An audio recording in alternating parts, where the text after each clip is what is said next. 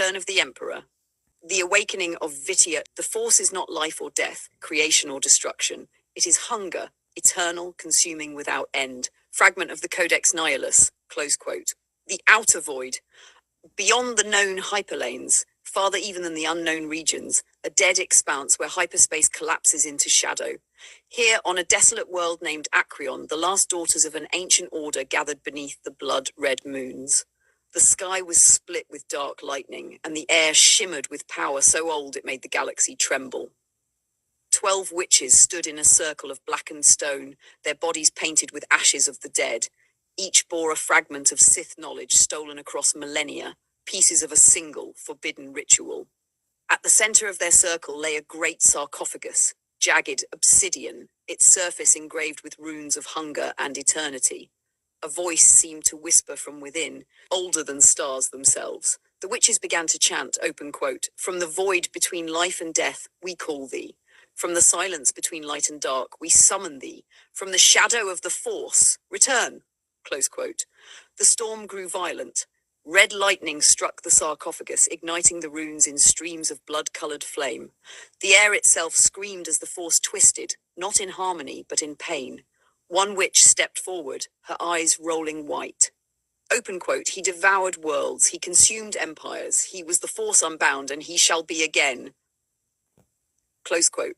The lid of the sarcophagus cracked open with a scream that echoed across dimensions. From within rose a figure of impossible darkness, his face pale and deathlike, his eyes twin infernos of crimson light. The force bent around him like the pull of a collapsing star. Darth Vitiate, the eternal emperor, reborn. He inhaled and the storm ceased. The witches fell to their knees, trembling. Open quote, "We have restored you, my lord," one whispered. "The galaxy is yours to claim once more." Close quote. Vitiate's voice was soft, yet carried through the force like 1,000 echoes. Open quote. "No," he said. "The galaxy was never theirs to give." Close quote. He raised a hand, and every witch screamed as their life force was drawn from their bodies, turned to ash in the wind. Their deaths fueled him. Their power became his. The emperor stood upon the ruin of their ritual, his robes reforming from shadow and fire. Open quote. "The Jedi, the Sith, the balance," he whispered. "All have forgotten what I am, but the force remembers." Close quote. His gaze lifted, piercing through space and time, reaching, seeking. Far across the galaxy, a flicker of light and shadow balanced as one drew his attention. Open quote. "A wolf among Mandalorians, a heretic of balance. He carries both the hunger and the hope." Close quote. A smile crossed his hollow face. Open quote. "Then he will be the first to fall." Close quote. He turned toward the dark horizon. In the distance, massive structures of black stone began to rise from the ground. His new citadel, the throne of echoes, rising from the ashes of his own death. As the storm began anew, his voice rolled like thunder. Open quote. "The force is not balanced, the force is mine." Close quote. Cut to Mandalore. Keith Wolf jolts awake from his meditation atop the citadel tower, the Mandalorian sun casting long shadows behind him. The golden hue of his eyes dims. He feels it. A voice from the void, a hunger he has not felt since before the Jedi existed. Open quote. "Kara," he whispers. "He's not just a shadow, he's returned." Close quote. And across the stars, the Emperor's laughter echoes, cold, endless, eternal. The new dawn of Mandalore. Peace is not the absence of war. It is the stillness before the next storm. Teachings of the Unified Enclave, Year 9 after Relis Prime. The wind swept across the rebuilt plains of Mandalore, carrying with it the scent of iron dust and forge fire. The crimson light of the single sun shimmered against fragments of the old dome city, the ruins now half reclaimed by new life. Below the great cliffside palace, hundreds of tents and Durasteel shelters stood clustered among the bones of the past. Smoke rose from foundries. Children trained with wooden sabers in the open courtyards, while Mandalorian smiths hammered armor plates beside meditating Jedi. It was a new kind of Mandalore, one that blended the creeds of many, united under a single banner. At the heart of the palace courtyard, two figures danced among the rays of the setting sun, Keith Wolf and Kara, their blades igniting the dusk in flashes of white and red. The white blade of Keith's lightsaber gleamed like a beacon of calm power, while Kara's red blade burned with precise intensity. They circled one another in perfect rhythm, light and dark intertwined, balanced in every motion. Sparks flew as their sabers met. The hum of the blades echoed across the courtyard, drawing the attention of students and knights who paused to watch their masters spar. Kara smirked behind her visor. Open quote. You're slowing down, Wolf? The great Mandalorian grey Jedi, undone by age. Close quote. Keith grinned beneath his helmet, shifting his stance. Open quote. Age brings wisdom. Wisdom brings patience. Close quote. He stepped forward, a feint, then a pivot. Kara blocked, fluid as water, countering with a sweeping strike that barely missed his shoulder. Open quote. And patience, she replied, is just hesitation with better branding. Close quote. Their laughter mixed with the crackling hum of energy as they locked sabers again. For a moment, time seemed to still, the force resonating between them as it had years ago in the world between worlds. The golden glow in Keith's eyes reflected the crimson shimmer of Kara's, both pulsing with a single rhythm. Ryan and Dara stood on the balcony above, watching their masters with pride. Ryan, her black robes flowing, smiled faintly. Open quote. They still move like legends. Close quote. Dara, in his white robes, crossed his arms, red and black hair shifting in the wind. Open quote. Legends, maybe, but even legends can bleed. Close quote. Below them, the duel came to a close. Kara's blade halted just short of Keith's chest, and his saber hovered at her throat. Both froze. Equals. Keith slowly powered down his weapon. Open quote, you've improved. Close quote. Kara mirrored him, her red blade retracting with a hiss. Open quote. I had a good teacher. Close quote. They stood together in the golden light, overlooking the growing settlement below, a city being reborn. Families of Mandalorians, Jedi, and even former Sith lived side by side, forging a future unseen in galactic history. Kara removed her helmet, her eyes soft with peace. Open quote. Do you ever think we've done it, Keith? Truly changed the path of the Force? Close quote. Keith gazed out over the horizon, his expression calm yet distant. Open quote. Change is never permanent. The Force shifts just as we do. Close quote. He turned his gaze toward the far horizon, the void between stars. A shiver of darkness brushed against his senses, faint, ancient, hungry. Open quote. Something stirs, he whispered. Close quote. Kara frowned, lowering her helmet. Open quote. Another war? Close quote. Open quote. No, Keith said quietly. Something older than war. Close quote. As the sun dipped below the ridge, the light of day gave way to long creeping shadows stretching across Mandalore. In the dark of space, beyond the galaxy's edge, a single pulse echoed, the beat of something vast and eternal awakening once more.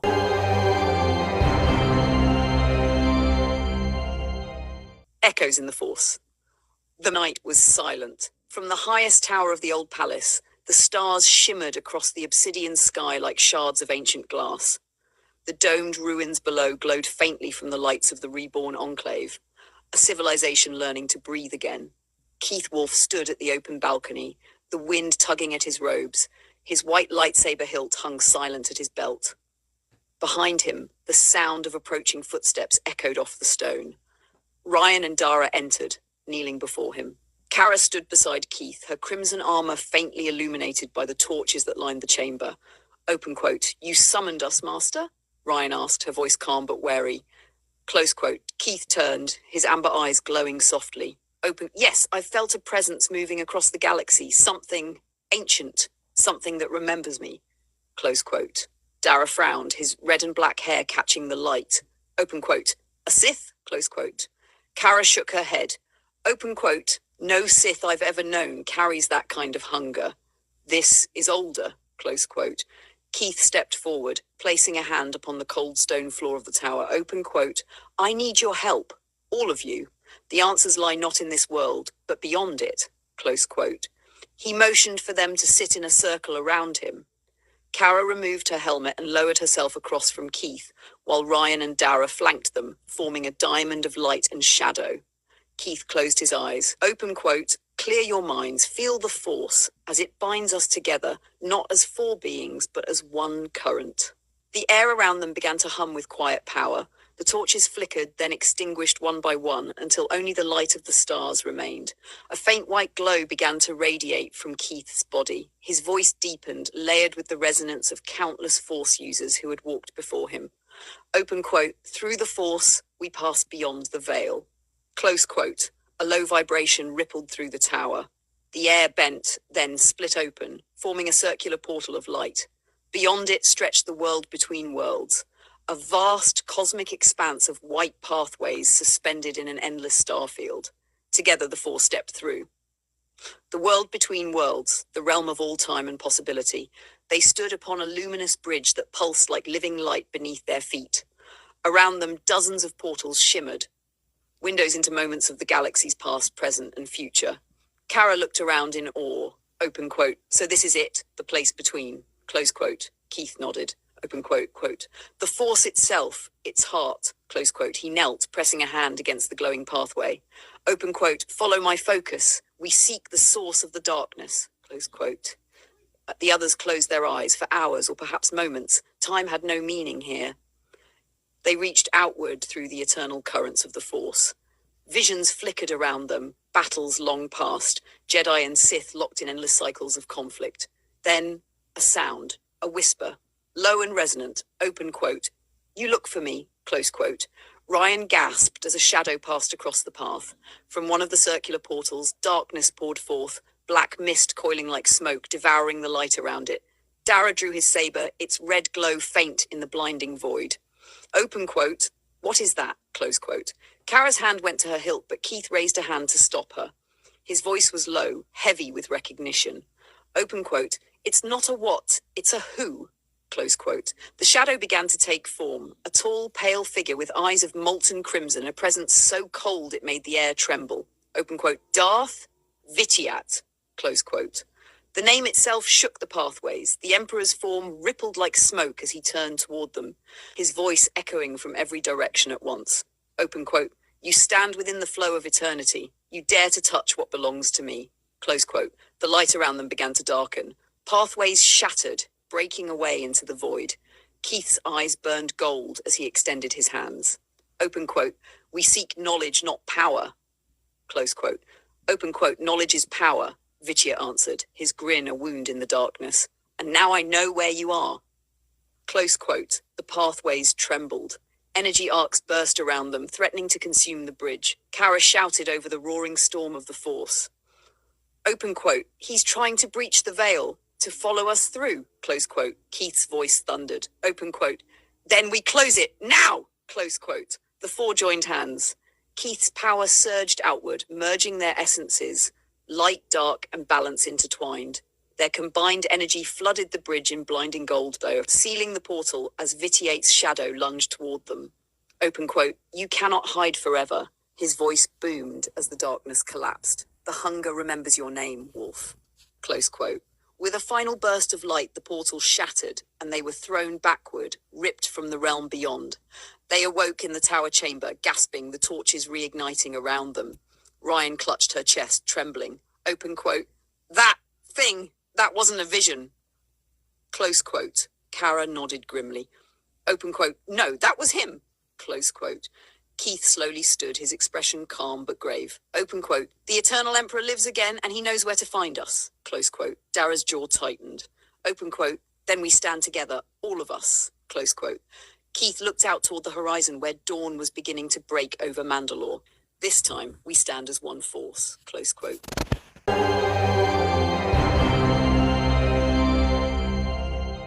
Sparks on Coruscant. Coruscant, the eternal city, the shining heart of the galaxy. From orbit, it still glimmered like a jewel, its towering spires and endless sky lanes wrapping the world in steel and light. But down below, far beneath the towers of senators and nobles, life was far less elegant. Deep in the lower industrial sectors, among the fumes of old repulsor lifts and the hum of plasma torches, a young Twi'lek worked tirelessly beneath the belly of a broken freighter. A spark showered across the deck as her plasma cutter roared to life. Open quote. Come on, you stubborn hunk of, she muttered, yanking at a loose panel. You either start flying or I start selling you for parts. Close quote. She rolled out from beneath the ship, wiping grease from her teal-blue leku with a rag that was already too dirty to help. Her jumpsuit was torn at the knee and her boots were scuffed nearly to ruin, but her smile never faded. Her name was Lyra Ven, No one on Coruscant had ever heard of her. She wasn't a senator or a Jedi or even a smuggler with a price on her head. She was just a starship mechanic, one of millions, but there was something about her energy, a spark that felt like it could ignite stars. She kicked the freighter's landing strut in frustration. The old vessel creaked, then miraculously its engines whined to life. Lyra laughed triumphantly. Open quote. See, all it takes is a little love and a lot of violence. Close quote. A small astromech droid, dented, ancient but loyal, beeped in protest from behind her. Open quote. Yeah, I know you did the diagnostics, N3L, she said with a grin. But I did the kicking. Team effort. Close quote. She tossed her tools into a crate and sat down on it, gazing up through the cracks in the ceiling where faint sunlight filtered down from the upper city. Open quote. You ever wonder what's out there, Nell? She asked softly. All those stars, all those worlds, bet some of them could use a good mechanic. Close quote. The droid chirped curiously. Lyra smirked. Open quote. No, I'm not leaving the shop. Not yet anyway. Got debts. And the boss still thinks I owe him for that hyperdrive I borrowed. Close quote. Gaze drifted upward again, past the light to the stars she couldn't yet see. Somewhere out there, the force stirred, faint, like a whisper carried through hyperspace. Lyra felt it, just for a moment, a pulse of warmth and golden energy that brushed her mind before fading. She blinked, shivering. Open quote. Weird, she muttered. Too much caff, probably. Close quote. The intercom blared, cutting through her thoughts. Open quote. Ven, you done fixing that wreck, or do I gotta dock your pay again? Close quote. Lyra rolled her eyes, hopping to her feet. Open quote. Relax, boss. She's running smoother than a senator's conscience. Oh, wait, that's a bad example. Close quote. The droid whistled in disapproval as she laughed and ducked back under the ship. For now, she was just another mechanic in the lower levels, loud, clever, and endlessly optimistic. But destiny had already noticed her. And far away among the shifting currents of the Force, Ryan, meditating aboard the Mandalorian Enclave, felt a sudden, inexplicable pull. A ripple of warmth, bright and alive, that made her heart skip for reasons she couldn't explain.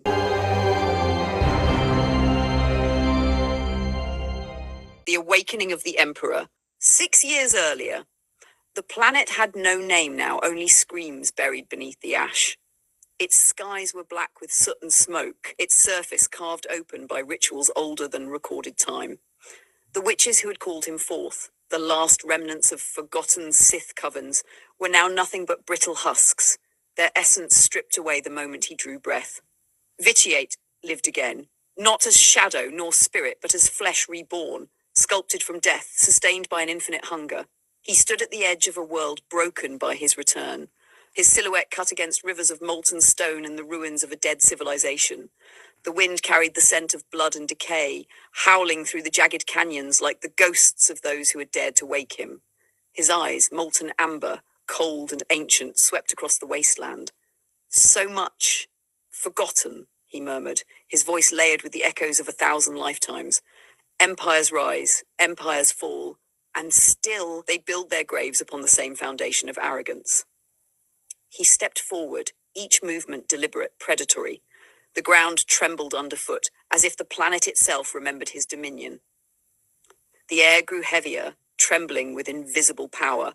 The force here was thick, saturated with memory and madness, a chorus of agony whispering in his ears. He had followed those whispers across the void, down into the ruins of an empire so ancient that even the Sith called it myth.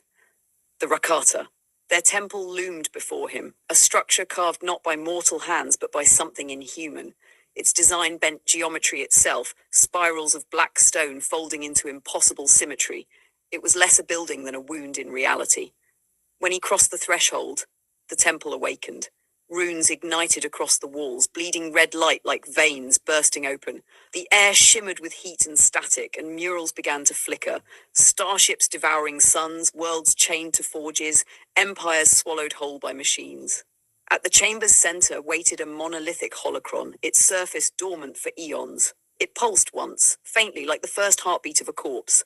Then, as his shadow fell across it, the construct breathed. 1,000 gears turned in unison. The holocron's facets split open, revealing cascading lines of crimson light that formed intricate holographic schematics, rings, conduits, vast structures orbiting a burning star. Vichit's expression twisted into something that might have been awe or hunger. The Starforge, he whispered. The name alone was power, a memory of creation through destruction. He reached out, fingers trembling not with weakness but anticipation. Darkness poured from him in a slow, deliberate torrent, feeding the relic like blood filling an ancient heart. The holocron's voice spoke in the forgotten Rakatan tongue, mechanical, reverent, hateful, its syllables vibrating through the chamber. The holograms shifted, the forges multiplied, 1, 2, 12, each capable of birthing fleets that could eclipse the stars. Vitiate's lips curved into a slow, venomous smile. The Infinite Empire thought themselves gods, he said, his voice low and venomous. Gods without will are nothing. He closed his hand, drawing the holocron's essence into himself. The energy was raw, screaming, ancient, alive. It filled him until his veins burned black with it, until the very air bowed under the gravity of his presence. I will finish what they began, he growled. Not an empire, not a fleet. He looked up, and the ruins seemed to bend beneath his gaze. A rebirth. The planet itself shuddered. Obelisks broke through the crust like spears of black iron, ringing the temple in crimson fire. Lightning danced between them as the sky split open, and the dying sun bled red light across the landscape. The forges below roared awake, their mechanical hearts beating in time with his own. Vitiate lifted his face to the burning sky. He felt the galaxy beyond, distant lights flickering in the force. Jedi, Sith, Mandalorian, the same eternal cycle, still turning. He would end it. He would feed on it. When he spoke again, his voice carried across the ruins like the verdict of a god. Open quote. The galaxy will feed the forge, and the forge will feed me. Close quote. The temple responded, shaking to its foundations. Every rune burned brighter, every machine screamed. And in that moment, something vast and terrible stirred in the void, alive once more. The Starforge had been reborn, not built, not constructed, but born through the living force itself, shaped by hatred, sustained by hunger.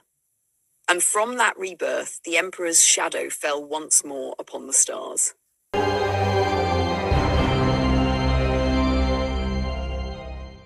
The heart of the forge.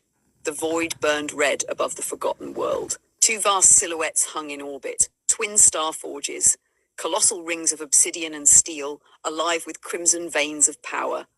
Each one circled the planet like a predator, their immense pylons reaching down toward a nearby star.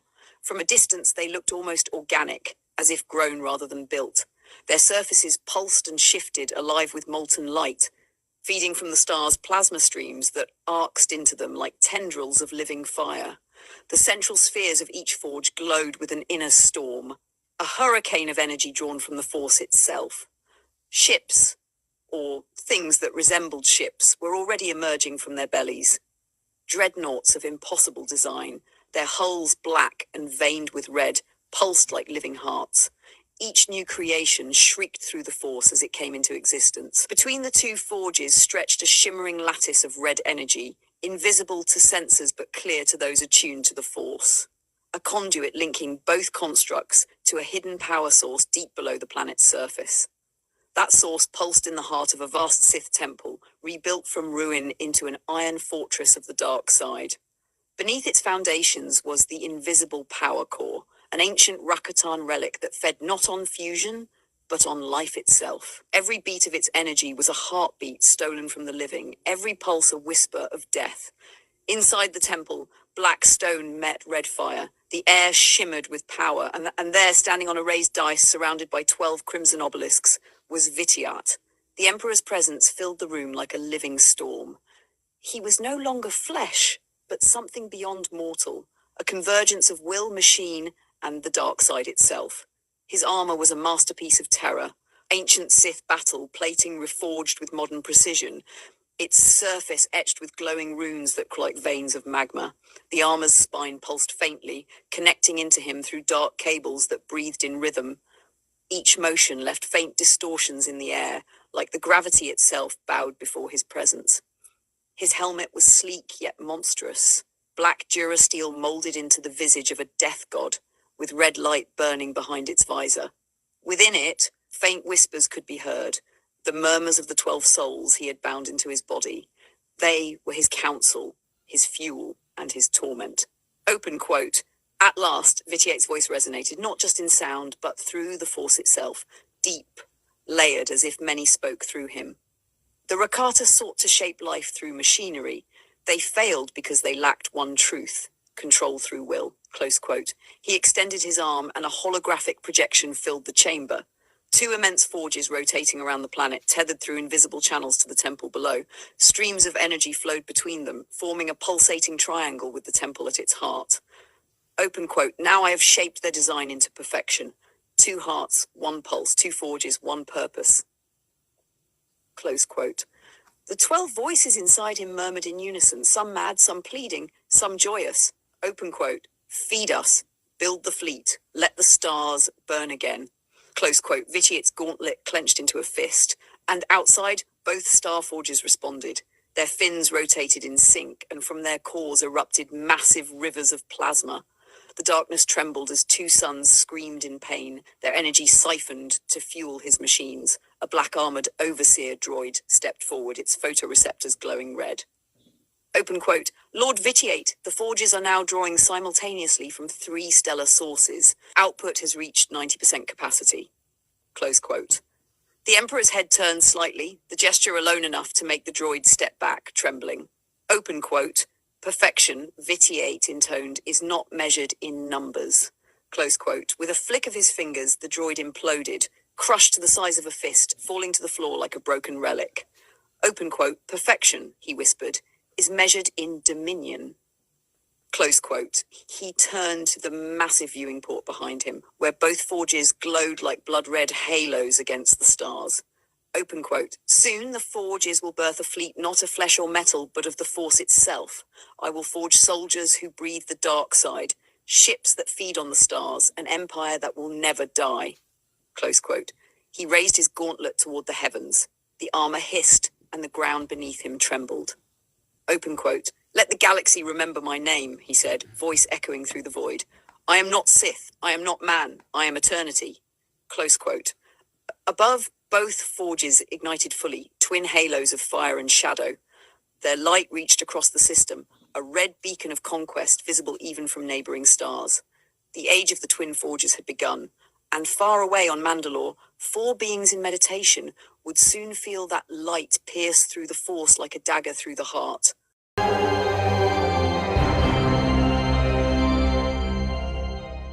Shadows in the dream. The dark side was shrouded, hidden beyond all sight. None could see what stirred in the deep void, 2 vast, burning constructs orbiting an unknown world. The star forges pulsed like twin hearts of darkness, invisible to the light.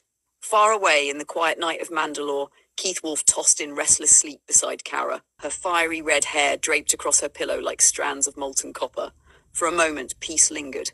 Then his body tensed, his brow furrowed. He dreamed. The stillness of the old castle was broken only by the soft hum of night wind and the distant echo of the rebuilt dome city below. Keith's breath quickened. Keith stood on a blackened world, ash raining from the crimson sky, mountains of corpses stretched beyond sight. Before him loomed Vitiate, cloaked in shadow, his hollow eyes glowing like dying stars. Behind the ancient Sith Emperor, a legion of warriors waited, tens of thousands of crimson-armored Sith, their chants echoing across the void. Orbiting above them, worlds burned, planets shattered. The light of the Force itself seemed to flicker. Then Vitiate spoke. His voice, deep and timeless, rolled like thunder. Open quote, "You cannot stop what has already begun. The galaxy is mine, as it was, and will be again." Close quote. Keith felt the Force twist and writhe. He saw the twin star forges ignite, siphoning energy from suns, feeding their own growing hunger. The shadows thickened, then the vision broke. Awakening, Keith awoke with a sharp gasp. Sweat glistened across his face, his breath coming fast. Beside him, Kara stirred and turned, her golden eyes opening with concern.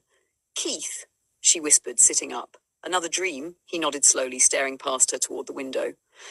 "It wasn't just a dream this time. I saw him, Kara. Vitiate and his army." Keith shook his head. "I saw him. He's building something. Massive. Armies, ships, the star forges. I could feel the darkness feeding like a wound reopening." Kara pulled him close, her forehead resting against his. Then we'll face it together, whatever's coming. They sat there in silence for a long moment, holding each other as the dawn began to creep through the balcony doors. Keith turned to her, his amber eyes glowing faintly in the dim light. He's not alive, but he's not gone either. I felt his shadow. He's rebuilding something. Kara reached out, her fingers brushing his cheek. Then we'll find him, together. Keith exhaled slowly, the fear in him fading under her calm. Always together. They leaned into each other, foreheads touching, the force between them pulsing softly, a blend of light and dark in perfect balance. At dawn, when morning came, the fortress balcony bathed in gold. Kara stood at the edge, robe fluttering in the breeze, while Keith joined her, his armor half donned. The darkness is rising again, he said quietly. The force feels heavier. She nodded. If Vitiate truly lingers, we can't ignore it. The council must be warned. Keith looked out across the skyline, eyes narrowing. No council, not yet. We investigate first, alone. Kara gave a faint smirk. You're still terrible at orders, you know that? And you love that about me, Keith replied, half smiling. Kara chuckled softly. You're not wrong. Keith and Kara stood on the balcony overlooking the shattered dome city below, its glassy remains glittering in the distance like a field of broken stars. Keith leaned on the railing, eyes distant. It's been growing stronger, the force whispers. Something ancient is stirring again. Kara's hand brushed his. Then we go find the source. Together, he nodded. We'll leave at first light, but Ryan and Dara stay here. It's too dangerous. Kara gave a knowing smirk. You know they won't listen. Keith smiled faintly. Yeah, I know. At dawn, the pair descended to the hangar carved into the cliffside beneath the old castle. There, gleaming beneath dim amber lights, sat the Corellian YT-2000 transport, its silver hull lined with faint scarring from years of service. Kara ran a hand over the ship's frame.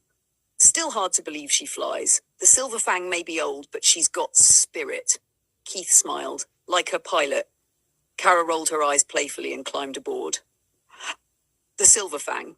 The YT-2000 transport was a marvel of Corellian engineering, a rare design even in its time. At 29 meters in length, its saucer-shaped frame featured twin mandibles and a central cockpit, offering an unobstructed forward view. The cockpit itself could eject as a lifeboat in emergencies, a design few other ships possessed. The Silver Fang was armed with 2 double laser cannons, heavy shield generators, and boasted a Class 2 hyperdrive backed by a Class 12 auxiliary unit. Its navicomputer was ancient but reliable, patched together from older models Keith had salvaged years ago. Despite being almost 150 years old, the ship remained a faithful companion, rugged, fast enough to outrun patrols, and sturdy enough to take a beating. Kara slid into the pilot's chair, flicking a row of ancient switches. The control panels flickered to life, casting the cockpit in soft blue light. Keith took the co-pilot's seat beside her. You've got the helm, Captain, Kara smirked, hands dancing over the controls. Always do. The Silver Fang's engines roared to life, echoing through the cavernous hangar. Dust and loose debris scattered as the ship lifted off, its landing gear retracting with a metallic hiss. As they soared into Mandalore's upper atmosphere and the castle below faded into the horizon. Neither of them noticed the faint shimmer of motion on a nearby tower, 2 smaller figures slipping quietly into the ship's cargo hold moments before departure. Ryan and Dara, stubborn as always. Through the stars, the Silver Fang vanished into hyperspace, a streak of light cutting across the endless black. Ahead lay mystery, danger, and the first step toward confronting the reborn shadow of Vitiate.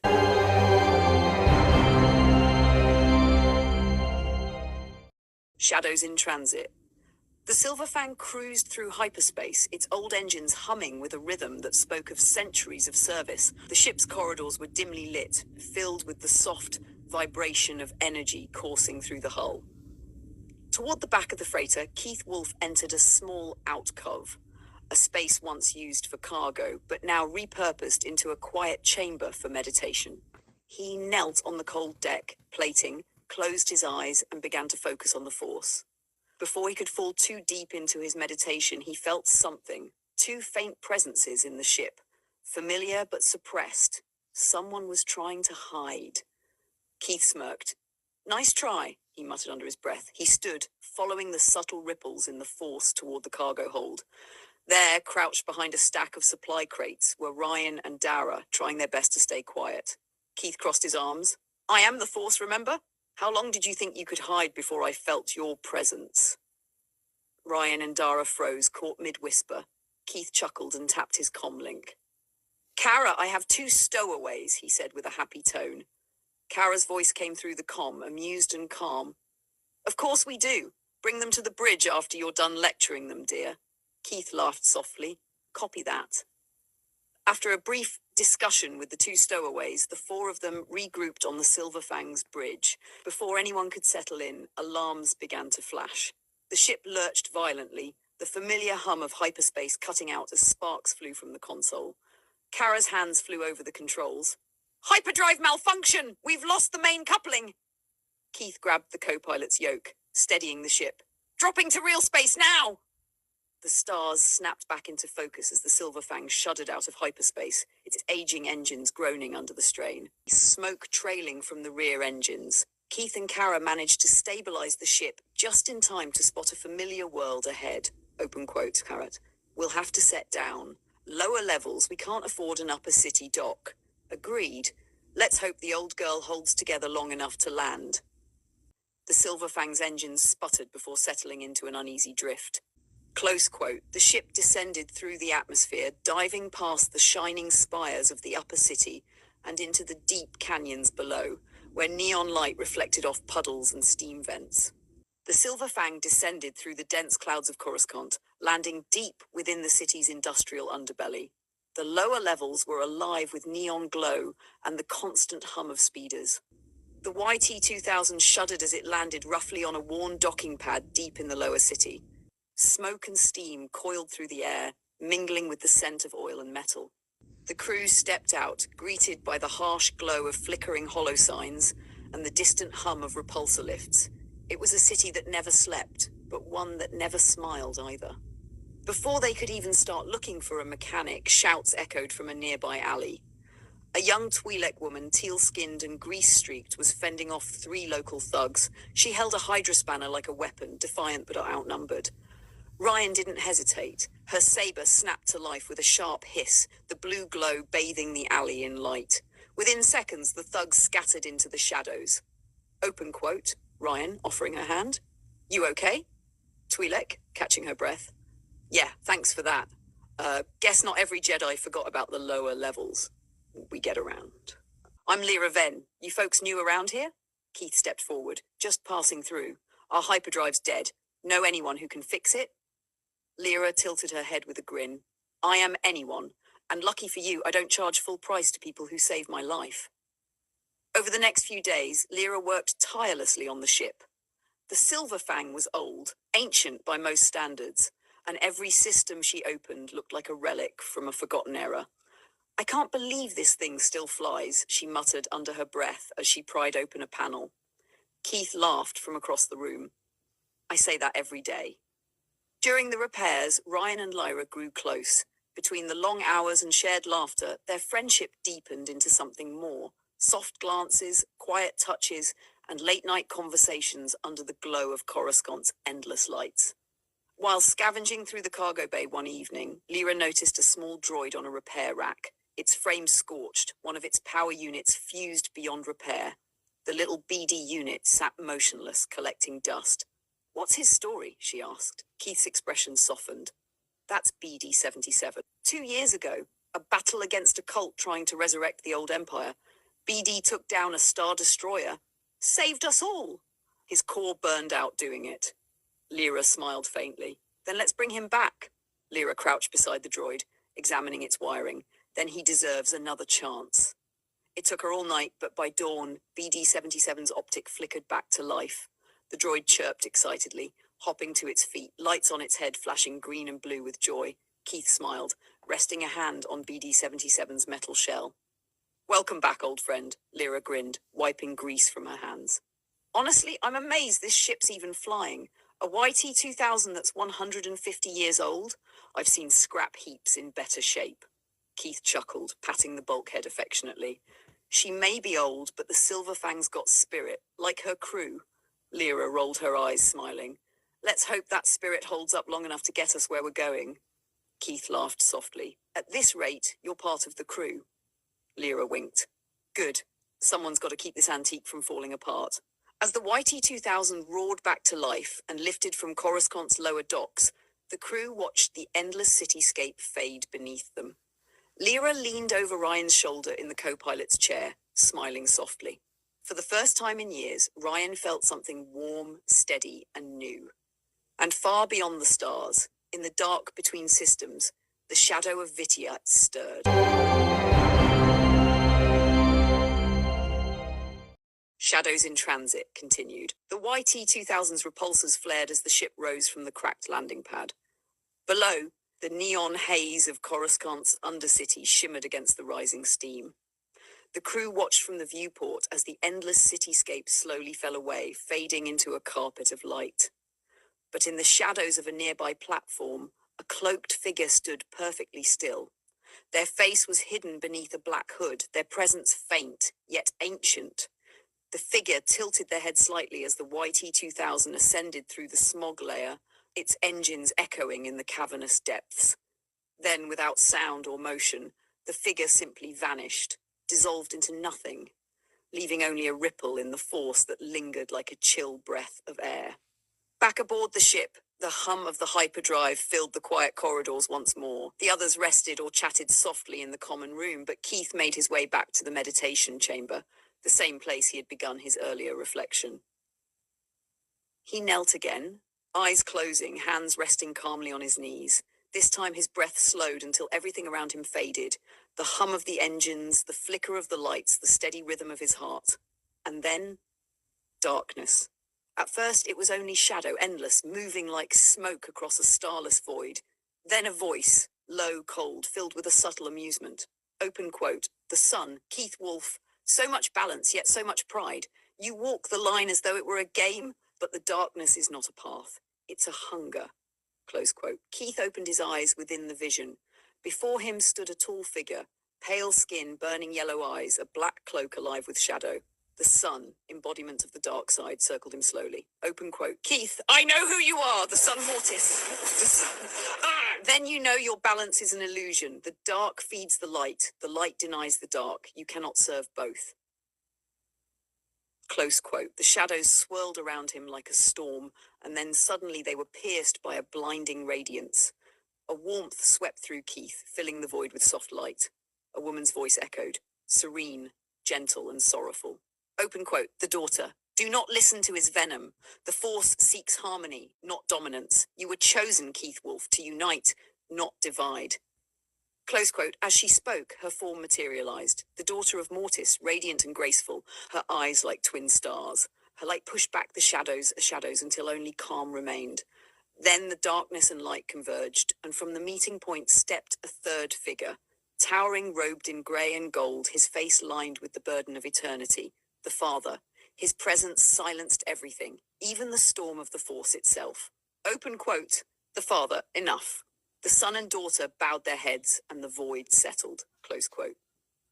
Keith lowered his gaze, feeling the immense weight of the Father's power, not oppressive, but commanding. Open quote. The Father.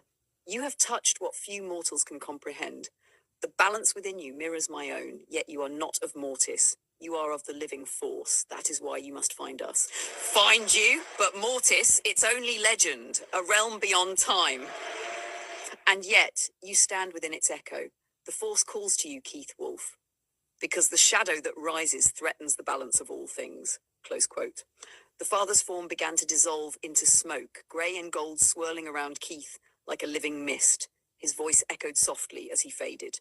Open quote. The Father, fading. Seek Mortis, seek us, before the darkness consumes the stars. Close quote. Then, silence. Keith's eyes opened abruptly. He was back in the YT-2000's meditation chamber. The ship hummed quietly. His breath came shallow, his heart pounding. He looked toward the small window, where streaks of hyperspace light bent across the stars, and whispered softly to himself. Open quote, Keith. The Force itself is calling. Close quote. In the corridor outside, Kara's voice called faintly from the cockpit. Open quiet. Keith? You all right in there? Close quote. Keith rose, brushing the sweat from his forehead.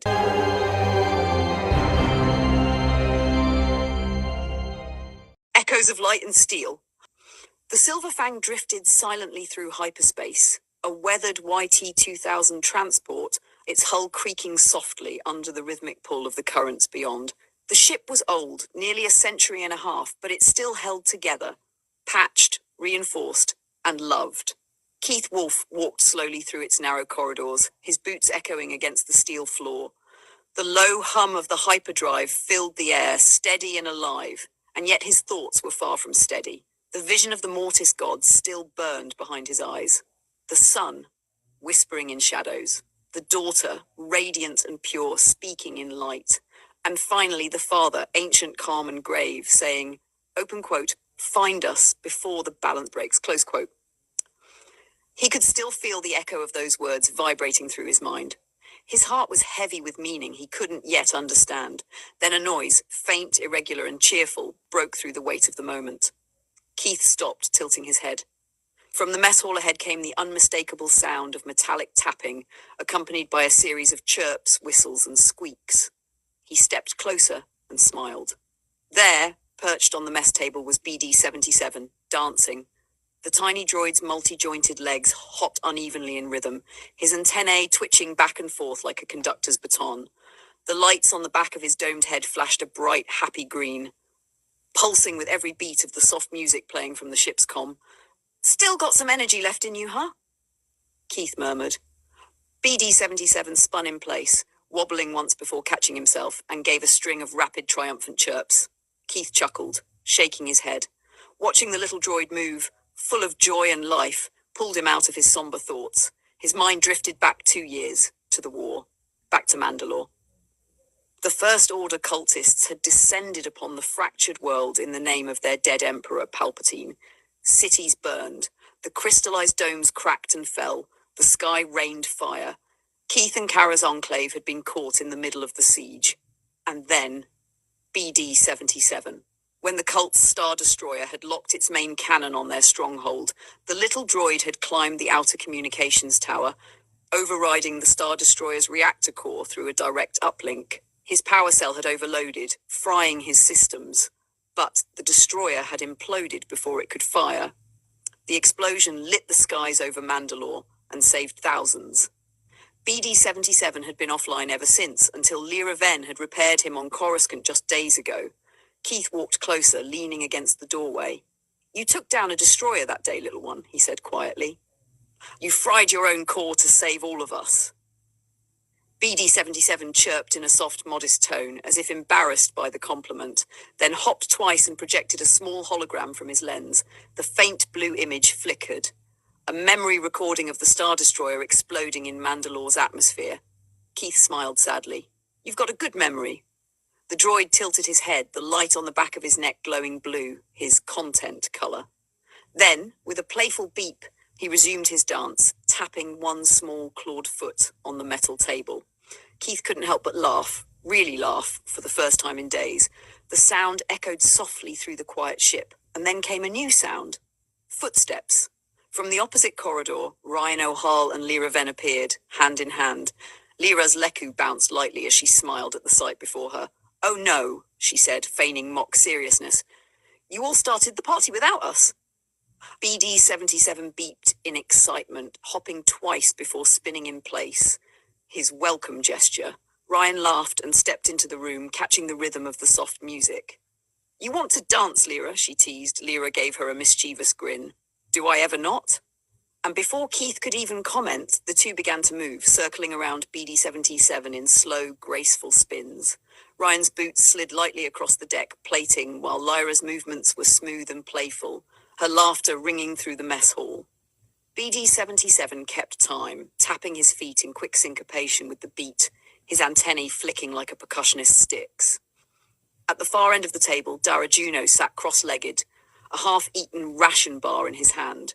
He watched the scene in silence, tapping his foot softly in rhythm with the music, a faint smirk playing at his lips. You realize, he said dryly, that our legendary Mandalorian Jedi hybrid ship has officially turned into a dance club. Keith laughed again, shaking his head. Better this than war, Dara. Fair point, Dara replied, taking another bite. Just don't let Kara catch you smiling. She'll think something's wrong. That drew laughter from all of them. Even BD-77, who punctuated it with an enthusiastic whistle and a spin that nearly sent him tumbling off the table. Keith reached out instinctively and caught the little droid mid-fall, setting him back upright. Careful there, hero, he said softly. The lights flickered briefly as the ship shuddered, a subtle tremor running through the hull. The laughter faded, replaced by the steady hum of the hyperdrive, only now it carried a strange low vibration beneath it. Keith's smile faded. He looked toward the viewport, the swirling light of hyperspace shimmering with faint distortion, like ripples spreading across a pond. Something was wrong. He stood, slowly, his expression hardening. Ryan stopped dancing and moved beside him, her eyes narrowing. Keith? He didn't answer immediately. The force was stirring, a shadow moving across it, vast and cold. And in that moment, a whisper echoed faintly through his mind. Not his own, not the Mortis father's, but something older. Open quote, the wound opens again. Close quote. Keith's jaw tightened. He turned to the others. Get Kara, now. The joy in the room drained away, replaced by the chill of foreboding. Outside, beyond the hull of the Silverfang, hyperspace began to twist.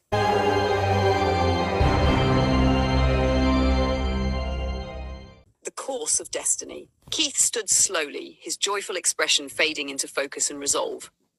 We have to change course, he said, voice calm but urgent. BD-77 hopped up onto the table with a chirp, projecting a shimmering blue hologram into the air. A glowing star map unfolded before them, lines of hyperspace lanes weaving across the galaxy. The droid beeped twice, zooming in on a specific location, a faintly pulsing marker, just beyond the outer rim. An old Republic listening post, Keith said quietly. 90 parsecs outside the outer rim, deep in the middle of nowhere.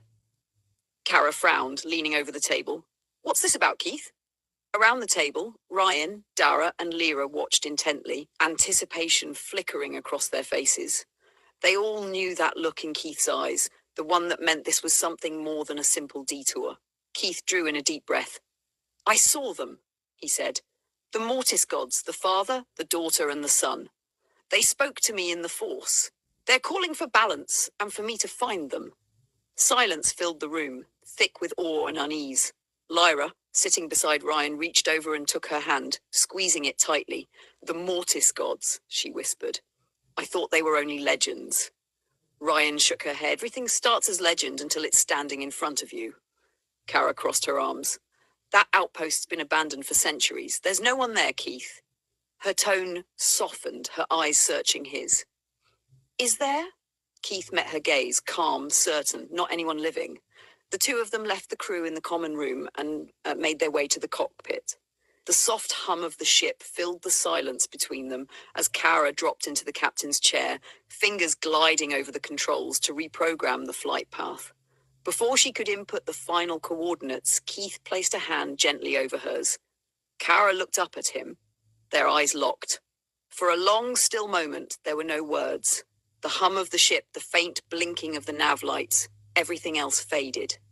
Their connection through the Force pulsed softly between them, their hearts speaking what words could not.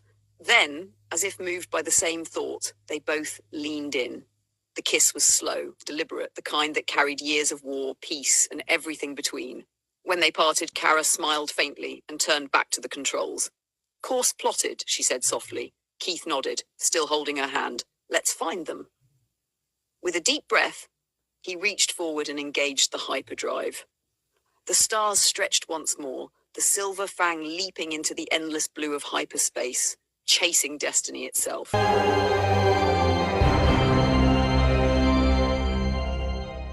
Encyclopedia Prelog. Source: The Way of the Bendu Archives, New Enclave Historical Codex. Vol. A 2, compiled by archivist NIL8, Old Imperial Protocol Droid. Recommission to the Way of Balance Enclave. Error, Post-Imperial Reconstruction, 190 ABY. Access clearance, master level balance protocols, active signal integrabilizing holomatrix. Open quote, between light and dark, there is the way. Bendu Codex, fragment 12, close quote. Keith Wolf.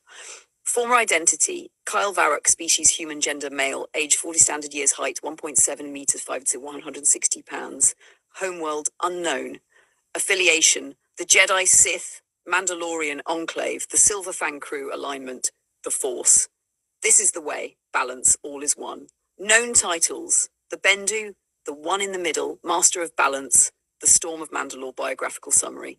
Once a Sith acolyte seeking knowledge for power, Kyle Varrock was reforged through pain and loss into the Mandalorian Jedi-Sith hybrid, known as Keith Wolf.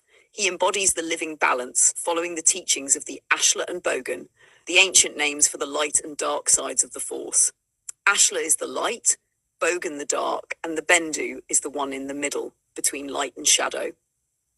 His path has been defined by redemption and loss, most notably the fateful duel with Tiana in their youth before she became Empress. Both severed each other's arms in that violent clash of destiny before the Jedi found Keith half dead. Keith's left mechanical arm, crafted from Durasteel and Beskar, is a constant reminder of his past. He wears red and black Mandalorian armor over Jedi robes, symbolizing unity between strength and serenity. His purified white lightsaber, once crimson, radiates through the Force with renewed harmony. Founder of the new Enclave and architect of the Way of the Bendu, Keith teaches that equilibrium, not opposition, defines true mastery. His presence aboard the Silver Fang anchors the crew in purpose, a quiet storm of wisdom, tempered by scars both physical and spiritual. Notable artifact, white lightsaber, formerly crimson, purified by Keith and Kara 9 years ago upon exiting the world between worlds.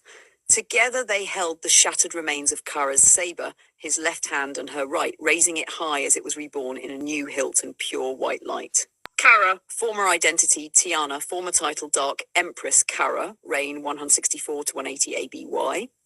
Species human, gender female, age 40 standard years, height 1.75 meters, 5 night, weight 20 pounds.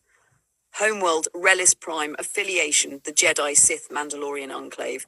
Her former Dark Dominion alignment, restored Force, adept, balanced. Biographical summary. Born Tiana of Relis Prime, later the fearsome Dark Empress Kara, she reigned as sovereign of the Dark Dominion for 16 years before her redemption. Her right arm was severed in her duel with Keith Wolf and later restored through the Force, leaving a pale scar around her shoulder, both wound and symbol of rebirth. Kara's fiery red hair and gold-flecked eyes mirror her dual nature, beauty and fury, destruction and compassion. Though once the embodiment of darkness, she is now a voice of insight and temperance when new shadows stir across the stars. She still wields her crimson lightsaber, while Keith carries the purified twin they rebuilt together, a mark of reconciliation between two souls once divided by destiny. Known quote, open quote, darkness is not my prison, it is the forge that shaped the light I now carry. Close quote. Ryan O'Hall, The Dawn Between Stars, species, human, gender, female, age 27 SY, height 1.75 meters, 5 to 9 days, weight 127 pounds. Homeworld, Corellia, unconfirmed. Affiliations, Jedi, Sith, Mandalorian Enclave, Silver Fang crew, rank, Jedi Master aligned light side, balanced. Biographical summary, a prodigy trained under Keith Wolf since childhood, Ryan O'Hall became one of the youngest Jedi Masters of her era. Calm yet fierce, she carries the heart of the light while embracing the necessity of balance. Her robes of brown and black reflect harmony between day and night. As a teacher of the Way of the Bendu, she instructs both Jedi and Mandalorian younglings, fostering peace through empathy rather than division. Her deep bond with Lyra Ven, partner and crewmate, represents the new generation of Force adepts free from dogma, bound by love and forged in balance.